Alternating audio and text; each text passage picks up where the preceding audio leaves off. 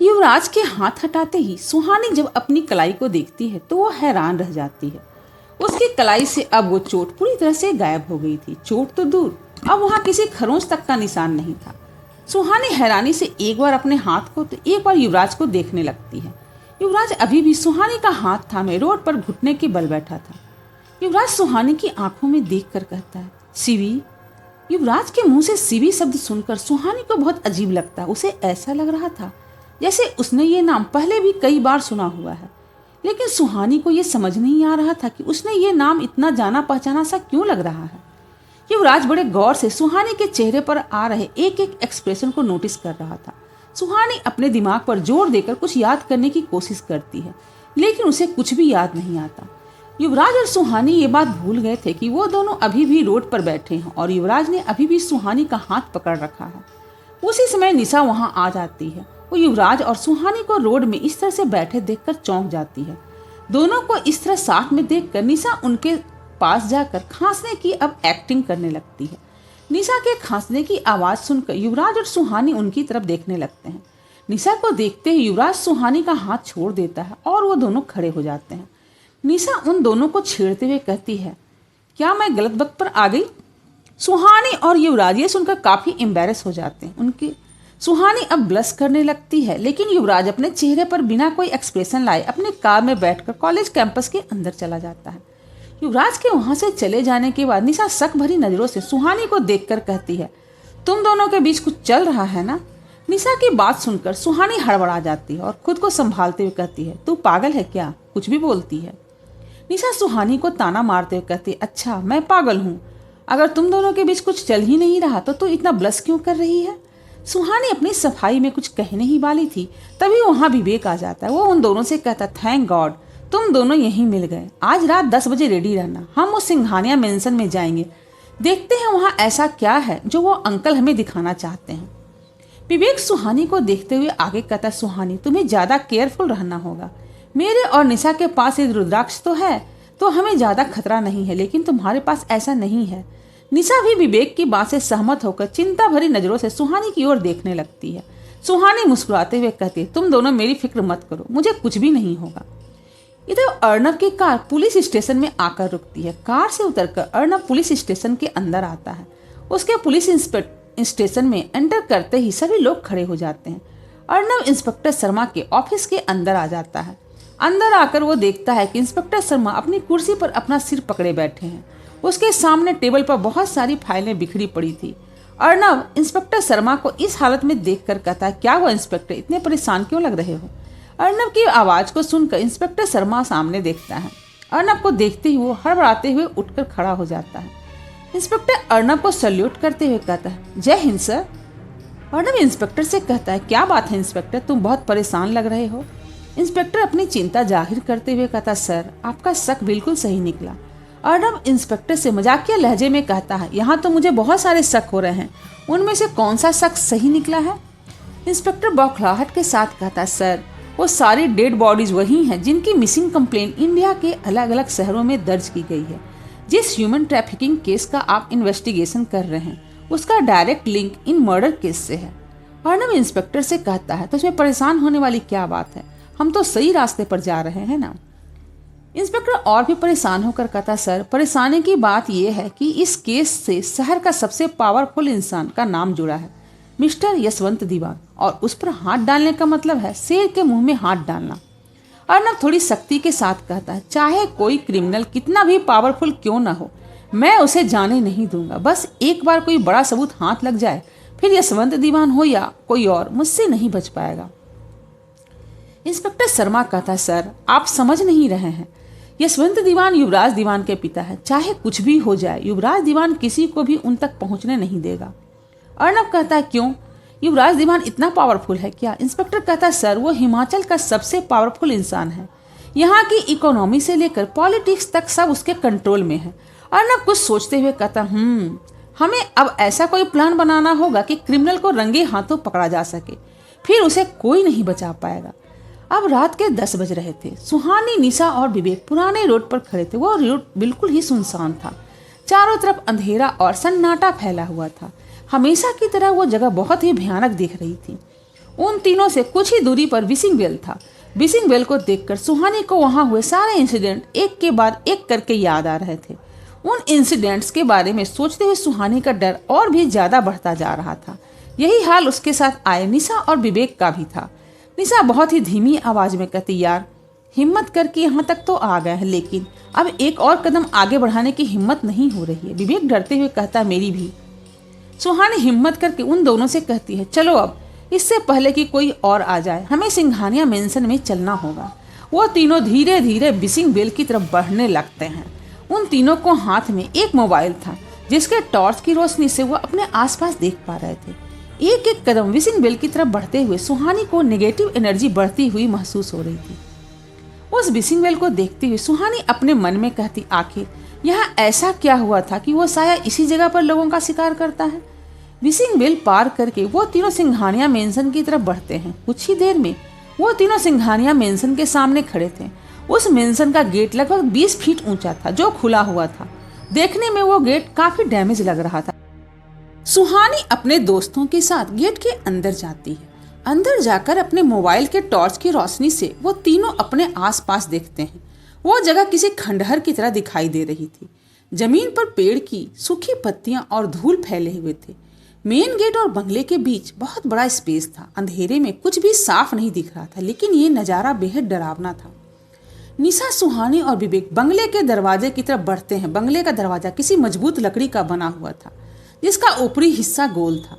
उस दरवाजे पर धूल की मोटी परत जमी हुई थी और दरवाजा हल्का सा खुला हुआ था। दरवाजे के पास पहुंचकर वो तीनों एक दूसरे को देखते हैं। डर से उनका गला सूख रहा था। एक कदम भी आगे बढ़ाना उनके लिए मुश्किल होता जा रहा था। सुहानी कहती है, चले अंदर। निशा जवाब देती है, अब और कोई रास्ता भी नहीं है, हमें आगे बढ़ना ही होगा। सुहानी हिम्मत करके उस दरवाजे को हाथ लगाकर हल्का सा धक्का देती है। एक अजीब सी आवाज के साथ वो दरवाजा खुल जाता है। सुहानी घबराते हुए सबसे पहले उस बंगले के अंदर जाती है। उसके पीछे निशा और विवेक भी अंदर जाते हैं।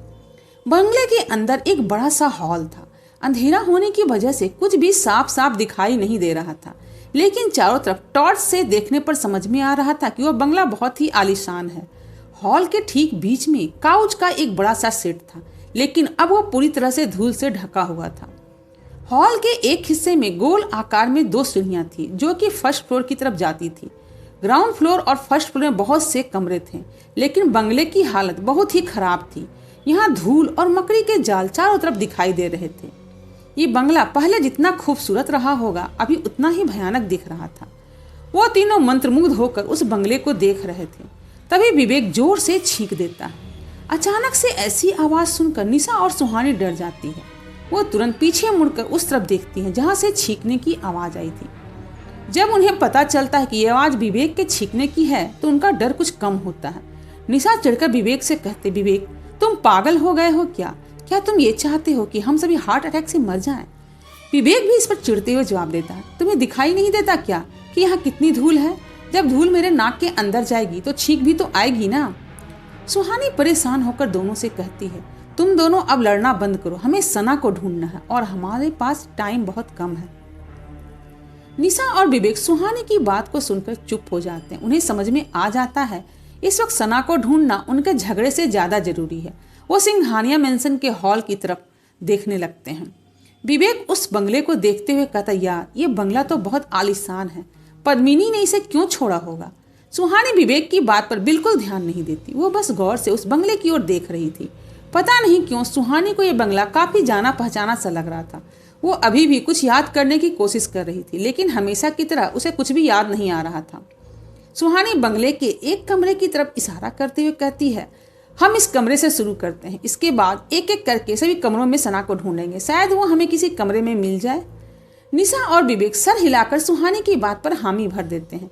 वो तीनों उस कमरे के अंदर जाते हैं। वो कमरा किसी स्टोर रूम की तरह दिखाई दे रहा था। चारों तरफ देखने पर उन्हें वहां कुछ भी नहीं मिलता। एक एक करके वो तीनों बंगलों के सारे कमरों में सना को ढूंढते हैं, लेकिन सना उन्हें कहीं भी नहीं मिलती। निशा इरिटेट होकर कहती, यार यहाँ तो कुछ भी नहीं मिला, मुझे लगता है वो अंकल हमारी फिरकी ले रहे थे, फालतू में हमें यहाँ भेज दिया। निशा की बात सुनकर विवेक कुछ कहने ही वाला होता है, तभी सुहानी कहती है, नहीं, हमने अभी तक सारा कमरा नहीं देखा है, एक कमरा अभी भी बाकी है। निशा और विवेक एक साथ कहते हैं, कौन सा कमरा? सुहानी जवाब देती है, तहखाना। ये सुनते ही निशा और विवेक हैरान होकर सुहानी को देखने लगते हैं। विवेक सुहानी से कहता है, तुम्हें कैसे पता कि यहाँ कोई तहखाना है, और अगर है तो कहाँ है? सुहानी आगे बढ़ते हुए कहती है, अभी इन सब बातों का टाइम नहीं है, तुम दोनों बस मेरे पीछे आओ। ये कहकर सुहानी उस पहले कमरे के अंदर चली जाती है। निशा और विवेक भी सुहानी के पीछे पीछे जाने लगते हैं। उस कमरे के अंदर जाने के बाद सुहानी एक कोने के पास जाकर रुक जाती है और वहां रखे टेबल को हटाकर बड़े ध्यान से फ्लोर को देखने लगती है। निशा और विवेक को कुछ समझ में नहीं आ रहा था सुहानी क्या करने की कोशिश कर रही है। सुहानी जब फर्श को देखती है तो उसे एक फर्श के एक किनारे पर एक हुक जैसा कुछ दिखता है। सुहानी उस हुक को पकड़कर अपनी तरफ खींचती है। सुहानी के ऐसा करने से वो फर्श का हिस्सा ऊपर उठ जाता है और नीचे तहखाने का रास्ता दिखने लगता है। ये देखकर निशा और विवेक दंग रह जाते हैं। उन दोनों के मन में इस वक्त बस एक ही सवाल चल रहा था कि सुहानी को इस तहखाने के बारे में कैसे पता चला।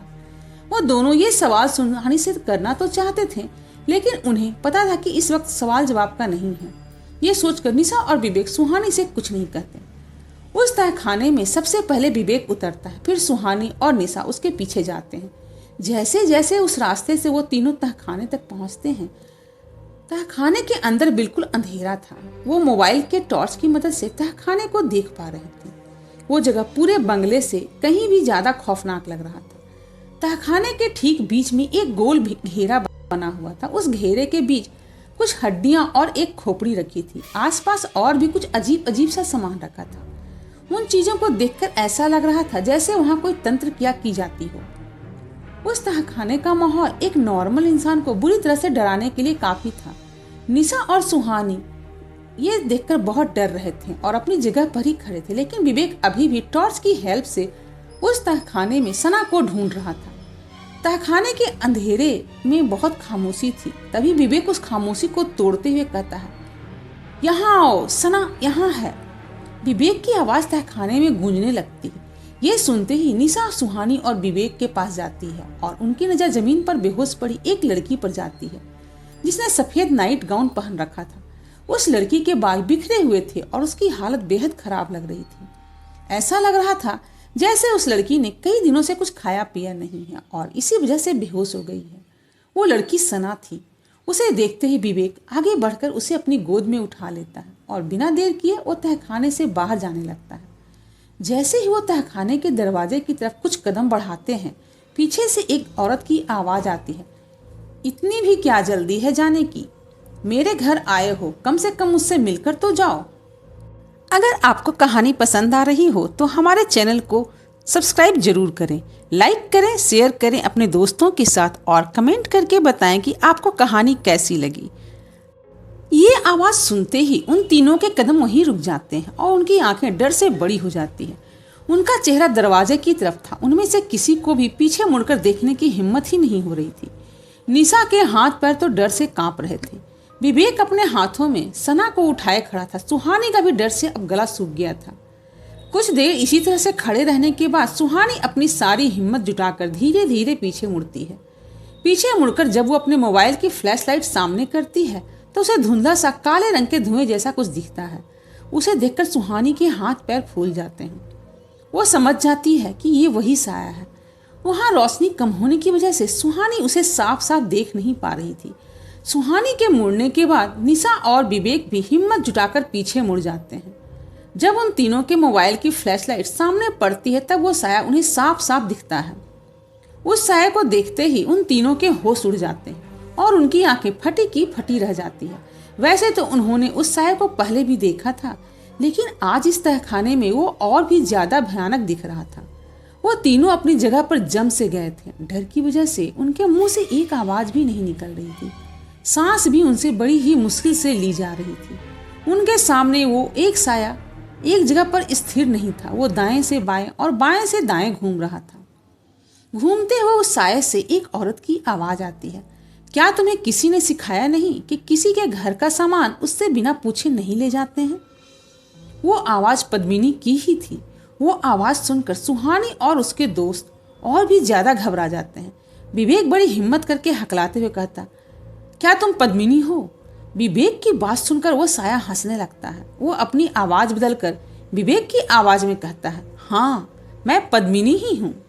थोड़ी ही देर में वो साया उन तीनों के बाईं तरफ आ जाता और निशा की आवाज में कहता, अरे नहीं, मैं तो विवेक हूँ।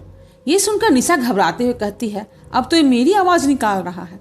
निशा के ऐसा कहते हुए साया अपनी भयानक और गुस्से से भरी आवाज में कहता, मैं कौन हूँ ये पता लगाना तुम लोगों के बस की बात नहीं है, लेकिन तुम तीनों को मार देना मेरे बस का जरूर है और ये काम मैं आज ही पूरा कर दूंगी। ये कहते ही वो साया तेजी से विवेक की तरफ ऐसे बढ़ता है जैसे एक ही बार से वो विवेक की जान ले लेगा। उस साये को इतनी तेजी से अपनी तरफ आते देखकर विवेक डर से अपनी आंखें बंद कर लेता है।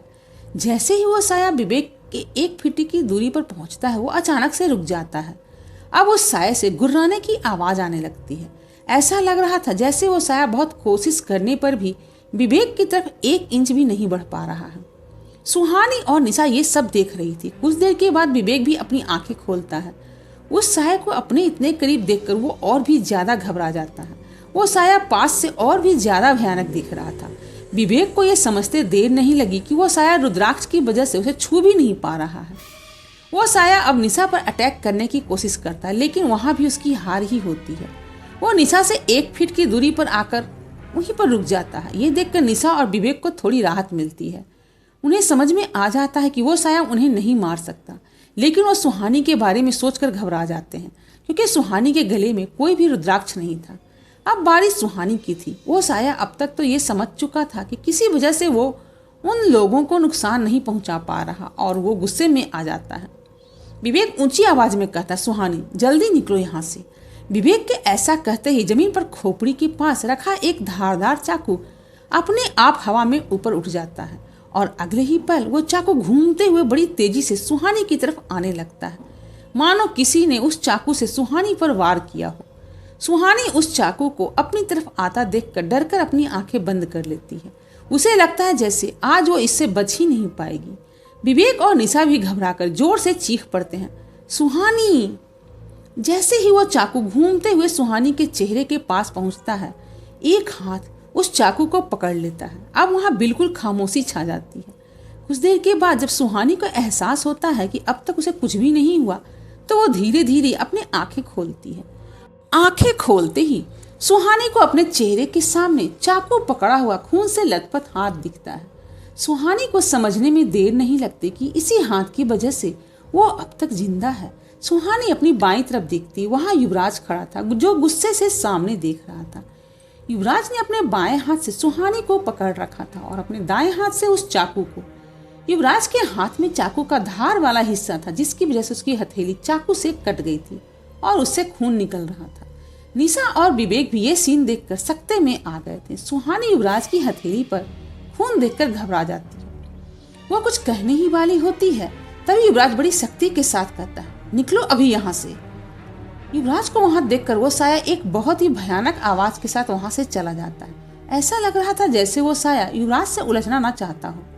युवराज सना को विवेक की गोद से अपनी गोद में ले लेता है और तहखाने के दरवाजे की तरफ बढ़ जाता है। कुछ ही देर में वो चारों सना को लेकर तहखाने से बाहर निकल जाते हैं और सिंघानिया मेंशन के दरवाजे की तरफ बढ़ते हैं। बाहर निकलते हुए सुहानी की नजर वहां लगे एक पेंटिंग पर जाती है। उस पेंटिंग को देखकर सुहानी के कदम वहीं पर रुक जाते हैं। वो बड़े गौर से उस पेंटिंग को देखने लगती है। सभी सिंघानिया मेंशन से बाहर जा रहे थे, लेकिन सुहानी नहीं, वो उस पेंटिंग में खो सी गई थी। सुहानी को अपने साथ ना आता देखकर युवराज पीछे मुड़कर देखता है। सुहानी अभी भी उस पेंटिंग के पास ही खड़ी थी। युवराज गुस्से में सुहानी से कहता है, क्या तुम फिर से अपने साथ सबकी जान खतरे में डालना चाहती हो? युवराज की आवाज सुनकर निशा और विवेक की नजर भी सुहानी पर जाती है। विवेक भागते हुए सुहानी के पास जाता है और उसका हाथ पकड़कर खींचते हुए मेंशन से बाहर ले जाता है। सिंघानिया मेंशन से बाहर निकलकर वो चारों चैन की सांस लेते हैं। विवेक हाँफते हुए कहता है, मुझे तो लगा था कि आज मेरी जिंदगी का आखिरी दिन होगा। निशा विवेक की बात से सहमत होकर कहती है, मुझे तो अभी भी यकीन नहीं हो रहा कि मैं जिंदा हूँ। वो साया कितना भयानक था यार। सुहानी की नजर युवराज के चोट पर बनी हुई थी। वो विवेक से कहते, विवेक प्लीज जरा सना को पकड़ो। विवेक और निशा के साथ युवराज को भी समझ में नहीं आ रहा था कि सुहानी ऐसा क्यों कह रही है। विवेक सुहानी की बात मानकर युवराज से सना को अपनी गोद में ले लेता है। सुहानी बिना कुछ कहे युवराज का हाथ पकड़ती है और उसकी चोट को देखने लगती है जो चाकू से युवराज को लगी थी। उस चोट से अभी भी काफी खून बह रहा था। ये देखकर सुहानी के साथ साथ निशा और विवेक भी परेशान हो जाते हैं। निशा अपने जींस के पैकेट में हाथ डालती है और एक सफेद रुमाल निकालकर सुहानी को देते हुए कहती है, सुहानी, इसे अभी के अभी युवराज सर के हाथ में बांध दे, शायद इससे खून बहना कुछ कम हो जाए। बाद में हम हॉस्पिटल जाकर ड्रेसिंग करवा लेंगे। युवराज अपना हाथ पीछे लेते हुए कहता है, इसकी कोई जरूरत नहीं है। निशा अजीब सी नजरों से युवराज को देखती है और सुहानी से कहती है, सुहानी जल्दी कर। सुहानी फिर से युवराज का हाथ पकड़कर उसके हाथ में वो रुमाल बांध देती है। रुमाल बांधते हुए सुहानी के चेहरे पर दर्द के भाव थे। उसे एहसास था कि युवराज को यह चोट उसकी वजह से ही लगी है। वहीं सुहानी को अपनी इतनी फिक्र करते देखकर युवराज को एक अलग ही एहसास हो रहा था। सुहानी के छूने से हमेशा की तरह उसके दिल की धड़कनें अब काफी बढ़ गई थी। निशा और विवेक भी सुहानी को इस तरह से युवराज की फिक्र करते हुए नोटिस कर रहे थे। अब उन्हें भी ये समझ आने लगा था कि सुहानी के मन में युवराज के लिए फीलिंग टाइम के साथ बढ़ती जा रही है। ये सब चल ही रहा था, तभी उन सबको पुलिस की सायरन की आवाज़ सुनाई देती है। निशा परेशान होकर कहती, बस अब इनकी ही कमी थी, अब ये पुलिस यहाँ पर क्या कर रही है। सुहानी भी परेशान होकर कहती, अगर पुलिस यहाँ आ गई और उन्होंने हमें यहाँ पर सना के साथ देख लिया तो उन्हें लगा कि सना को हमने ही किडनैप किया है और शायद यहाँ होने वाले मर्डर्स के लिए भी वो हमें ही रिस्पॉन्सिबल समझेंगे। निशा फिर से कहती, अब हम क्या करें। वो अब सभी सिंघानिया मेंशन के मेन गेट के बाहर ही खड़े हैं। युवराज निशा और सुहानी की बातें सुन रहा था। वो सुहानी और निशा से कहता है, मैं सना को लेकर यहाँ से जा रहा हूँ, विवेक भी मेरे साथ जाएगा, तुम दोनों पुलिस को हैंडल करो। युवराज के मुंह से ऐसा सुनते ही निशा और सुहानी हैरानी से उसे घूरने लगते हैं। निशा लगभग रोते हुए कहती, युवराज सर, ये आप क्या कह रहे हैं? आप आधी रात में 2 लड़कियों को पुलिस के पास भेज रहे हैं। युवराज अपने एटीट्यूड में जवाब देता, बहुत शौक है ना तुम दोनों को क्रांतिकारी बनने का, तो जाओ अब पुलिस से भी डील करो। अब निशा और सुहानी का चेहरा देखने लायक हो गया था। विवेक को भी युवराज का ऐसा करना समझ नहीं आ रहा था। वो भी कंफ्यूज होकर युवराज को ही देख रहा था। उसकी परेशानी को समझते हुए युवराज कहता, डोंट वरी, इस वक्त केवल एएसपी अर्नब सिंह ही यहाँ आ सकता है। अगर तुम उसे किसी तरह से कन्विंस कर लोगे तो वो तुम दोनों को सेफली हॉस्टल छोड़ देगा। वहाँ से मेरा ड्राइवर तुम दोनों को मुझ तक पहुँचा देगा। ये कहकर युवराज और विवेक सना को लेकर वहाँ से चले जाते हैं। निशा और सुहानी उन दोनों को जाते हुए देखते रह जाती। निशा दुखी होकर कहती, यार सुहानी, मुझे तो युवराज सर जेंटलमैन टाइप के लगते थे, मुझे नहीं लगा था कि वो आधी रात में 2 लड़कियों को ऐसे छोड़कर चले जाएंगे। सुहानी भी युवराज को देखते हुए कहती है, मुझे भी। कुछ ही देर में युवराज सुहानी और निशा की आंखों से ओझल हो जाते हैं। सुहानी और निशा अब भी एकटक उसी तरफ देख रहे हैं जिस तरह से युवराज गया था। वो दोनों उदास होकर वहीं खड़े थे। तभी एक हाथ निशा के कंधे पर आता है। उस हाथ के छूते ही निशा जोर से चीख पड़ती है। निशा के चीखने पर सुहानी भी चीखने लगती है।